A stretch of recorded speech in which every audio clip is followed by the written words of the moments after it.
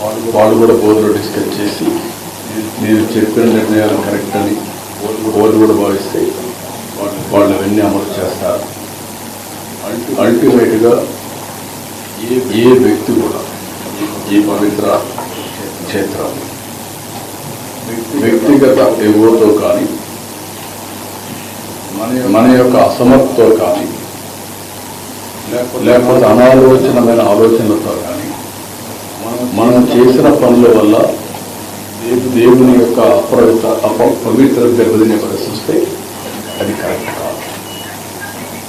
తెలిసి చేసినా తెలియక చేసినా తప్పే అవుతుంది. రెండోది అందరం కలిసి ఇక్కడ దేవునికి సేవ చేస్తున్నాము అనేది ప్రతి ఒక్కరికి రావాల్సిన అవసరం ఉంది. ఇక్కడ రాజకీయాలు కూడా చేయడానికి వీలు లేదు. రాజకీయాలకు అతీతంగా కలియుగ వెంకటేశ్వర స్వామి కలియుగ దేవుడికి మనం సేవ చేస్తున్నాం అనే భావంతో అందరం ముందుకు పోవాల్సిన అవసరం ఉంది. ఈరోజు చాలా ఒత్తిడులు ఉంటాయి. ఎందుకంటే ప్రపంచంలో జెరూసలేం వెళ్తారు క్రిస్టియన్స్, మక్కాకి వెళ్తారు ముస్లిమ్స్. హిందూస్ అంతా జీవితంలో వెంకటేశ్వర స్వామి దగ్గరికి వచ్చి దర్శనం చేసుకోవాలని కోరుకుంటారు. రెండోది వైకుంఠ ఏకాదశి రోజున రావాలని అందరూ కూడా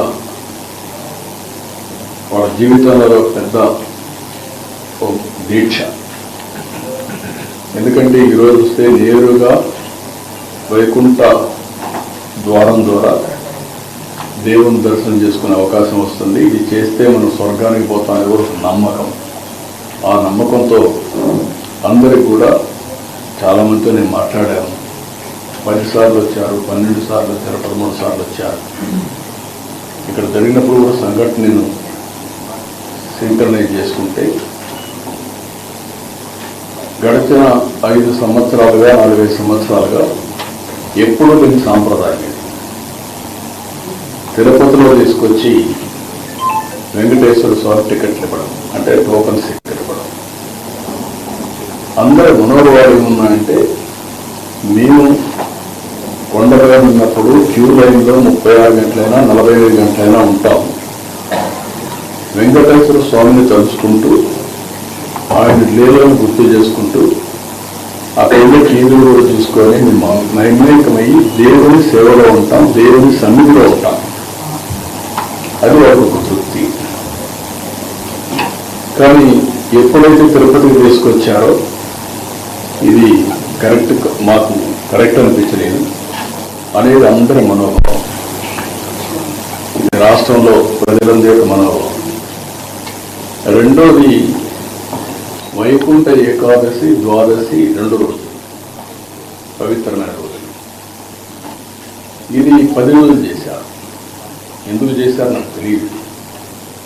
ఆగమ శాస్త్రాలు దాన్ని అనుమతిస్తాయో కూడా తెలియదు. కొన్ని వెంకటేశ్వర స్వామి ఇక్కడ నెలసినప్పటి నుంచి ఏ సాంప్రదాయాలు అయితే పాటిస్తున్నామో ఆ సాంప్రదాయాలను ఉల్లంఘించడం కూడా కరెక్ట్ కాదని నా అభిప్రాయం. ఆ డెసిషన్ కూడా ఆగమ పండితులు డిసైడ్ చేస్తారు. నేను ఆగమ పండితుని కాదు, కానీ భక్తుడిగా నాకు కొన్ని మనోభావాలు ఉంటాయి తప్ప అదే మనకు వారు చేయాల్సిన అవసరం ఉంది. ఏదేమైనా జరిగిన సంఘటనల పట్ల నా విచారాన్ని, బాధని, ఆవేదనని, జరగరాని సంఘటన జరిగిన దానికి మరొకసారి విచారాన్ని వ్యక్తం చేస్తున్నా. అదే సమయంలో అన్ని దేవాలయాలను కూడా స్ట్రీమ్లైన్ చేసి ఎక్కడ కూడా అపచారం అనేది జరగకుండా అనేక రకమైన రిఫార్మ్స్ అనేది తీసుకోవాలని, ఒక మాటలో చెప్పాలంటే ఇటీవల కాలంలో ప్రసాదాల దగ్గర నుంచి అన్నీ కూడా స్ట్రీమ్లైన్ చేసే సందర్భంలో వ్యక్తం చేస్తున్నా. అదే సమయంలో అన్ని దేవాలయాలను కూడా స్ట్రీమ్లైన్ చేసి ఎక్కడ కూడా అపచారం అనేది జరగకుండా అనేక రకమైన రిఫార్మ్స్ అని తీసుకొచ్చి, ఒక మాటలో చెప్పాలంటే ఇటీవల కాలంలో ప్రసాదాల దగ్గర నుంచి అన్ని కూడా స్ట్రీమ్లైన్ చేసే సందర్భంలో ఇలాంటి సంఘటన జరిగింది. దీనికి కూడా కారణం మనం చూస్తే వెంకటేశ్వర స్వామి అంటే భక్తి పెరుగుతా ఉంది రోజు రోజుకి. ప్రజల్లో కూడా ఇలాంటి అకేషన్లో తప్పకుండా దర్శనం చేసుకోవాలి అనే ఒక సంకల్పం ఉంది.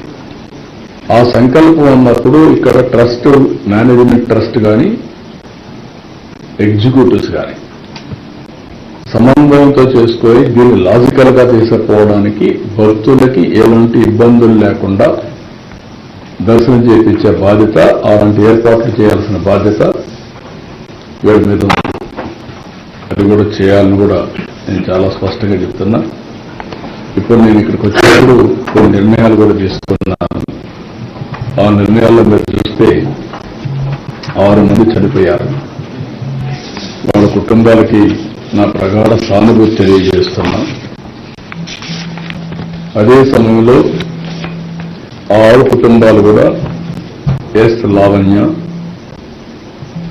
విశాఖపట్నం, శాంతి విశాఖపట్నం, బుద్ధేటి నాయుడు బాబు నర్సీపట్నం, రజని విశాఖపట్నం, నిర్మల తమిళనాడు స్టేట్ కోయంబత్తూర్, అదే మరిగా మల్లిగా వీళ్ళు మెట్టు సేలం. వీళ్ళు మొత్తం 6 మంది చనిపోయారు.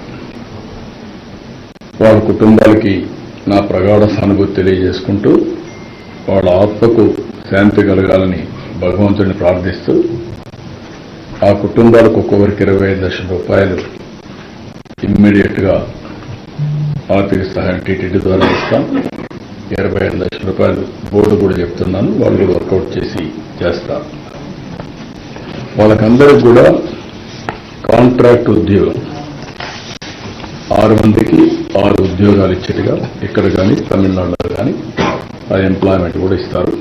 ఈ 2 కూడా వాళ్ళు మన టీటీడీ చేస్తారు. ఇంకొక పక్కన ఇద్దరికి కొంచెం సీరియస్ అయినాయి, దెబ్బలు తగిలాయి.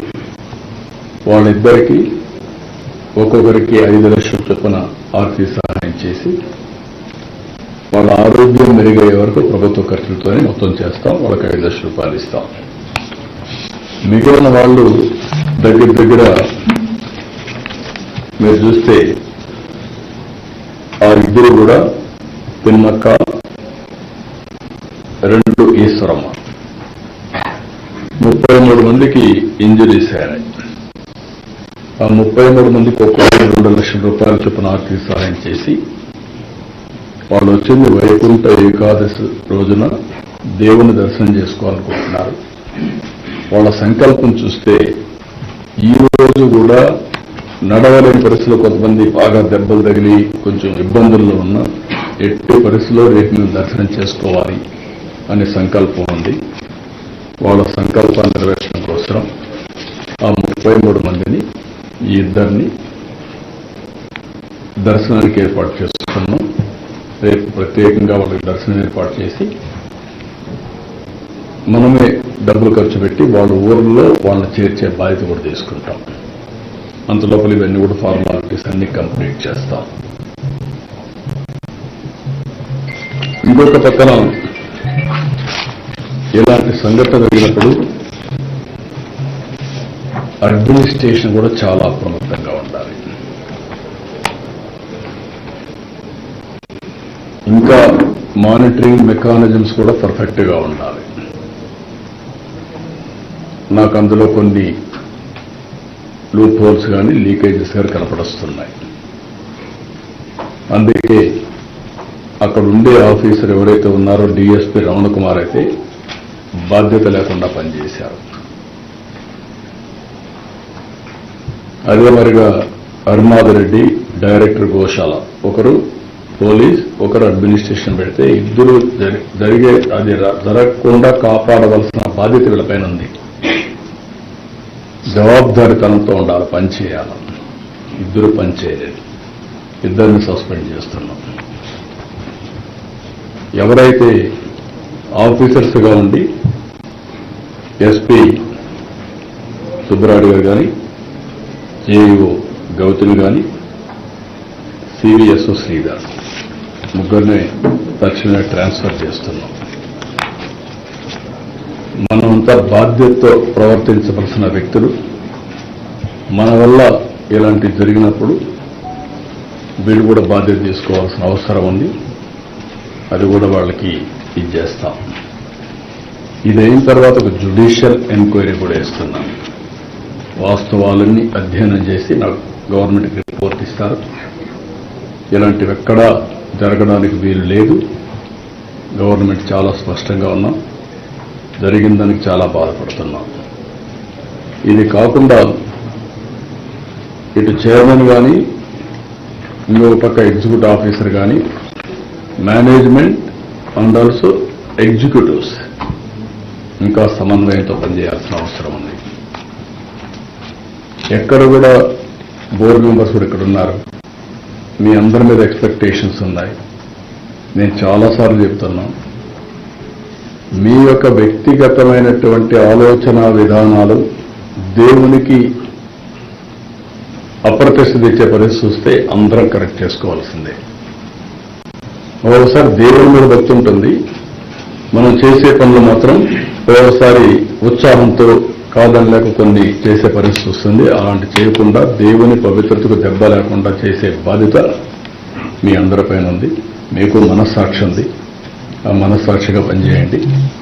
అందరూ కలిసి అవసరమైతే మీరందరూ కూడా ఇన్వాల్వ్ అయ్యి ఒక్కొక్కరు ఒక బాధ్యత తీసుకొని ఒక సేవకులుగా మీరు సేవ చేయండి. పెద్దందారులుగా మీరు వచ్చి దేవుని దగ్గర చేస్తే మాత్రం చాలా చెడ్డ పేరు వస్తుంది. ఈ విషయాన్ని కూడా గుర్తుపెట్టుకోవాల్సిన అవసరం ఉంది. ఇవన్నీ నేను ఈరోజు చూసిన తర్వాత నా అబ్జర్వేషన్స్ ఇవి. దీని మీద చాలా స్పష్టంగా మరొక్కసారి ఇక్కడుండే అందరికీ విజ్ఞప్తి చేస్తూ ఈ పవిత్రతను కాపాడతామని భారతదేశంలో ఉండే ప్రజలందరికీ విజ్ఞప్తి చేస్తూ రాష్ట్ర ప్రజానికానికి విజ్ఞప్తి చేస్తూ సెలవు తీసుకుంటున్నా. అందరికీ నమస్కారం.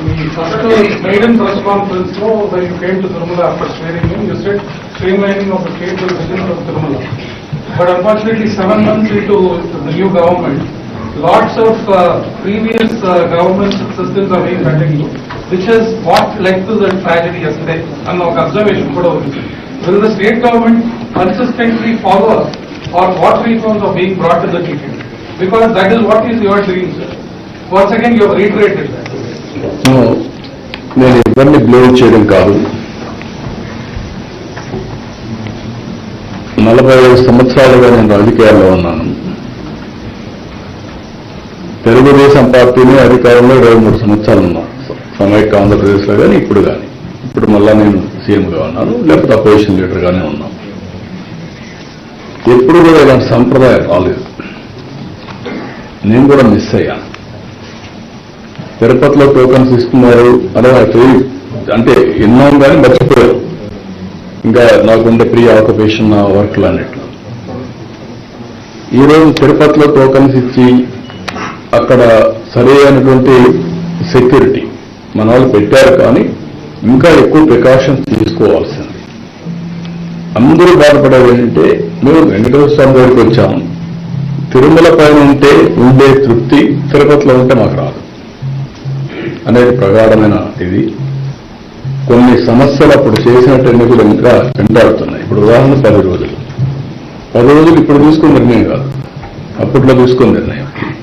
నేను వెంకటేశ్వర స్వామికి ఏకాదశి రోజున ఒక రోజే మనకు దేవుని దగ్గరికి పోయేవాళ్ళం. అది కొంచెం స్పిల్ ఓవర్ అయితే ఇంకొక హాఫ్ డే వచ్చేది. ఆ రోజు పోతే మన స్వర్గానికి పోతామని నమ్మకం ఉండేది. ఇప్పుడు 10 days అంటే కన్వీనియంట్ ప్రకారం వెంకటేశ్వర స్వామి ఇది చేయడం కరెక్ట్ కాదు. అది ఆగమ పండితులు ఏం చెప్పారో నాకు తెలియదు. ఇంకా ఎక్కడ మా రాష్ట్రాల్లో జరుగుంటే అది వేరే విషయం. కానీ వెంకటేశ్వర స్వామి వరకు ఇది యూనిక్ టెంపుల్. ఏ టెంపుల్ దీనికి కంపారిజన్ లేదు.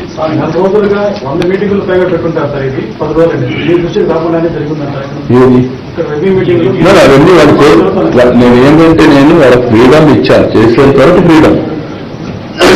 నేను అన్నిటికీ ఇంటర్ఫేర్ కాను. ప్రతి ఒక్కటి నాకు ఇన్ఫార్మ్ చేస్తూ ఉంటారు. సభ్యులు ఇప్పుడు ఇక్కడ జరిగింది ఏంటి, పాత సాంప్రదాయాన్ని కంటిన్యూ చేశారు. నెంబర్ 1.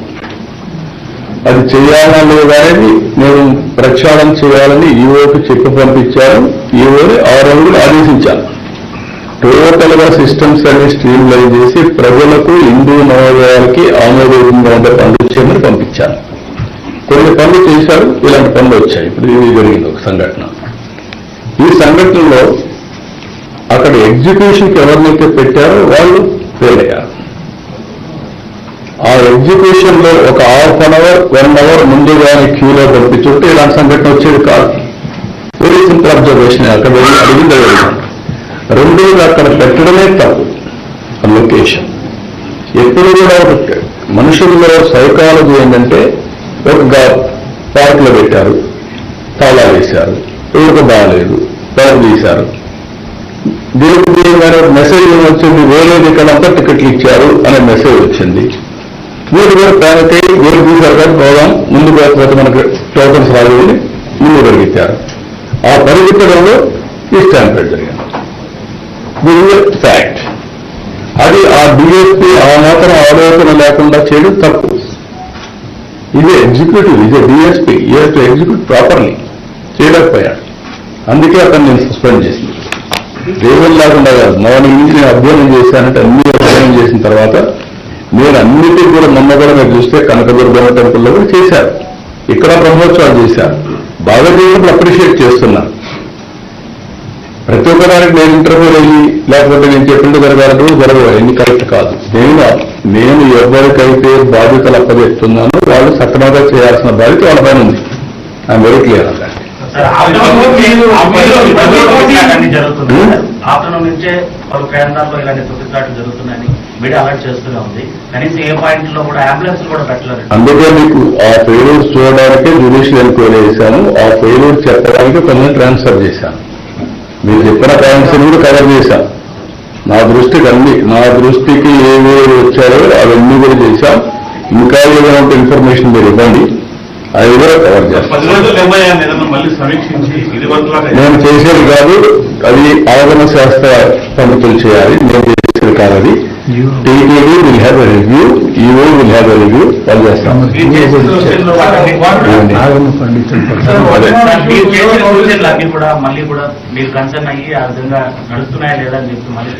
డెఫినెట్ సబ్మిషన్ చేస్తాం. Government is having every right to review. Tokens be issued over the online mode as well. Will the tokens be issued over the online mode as well?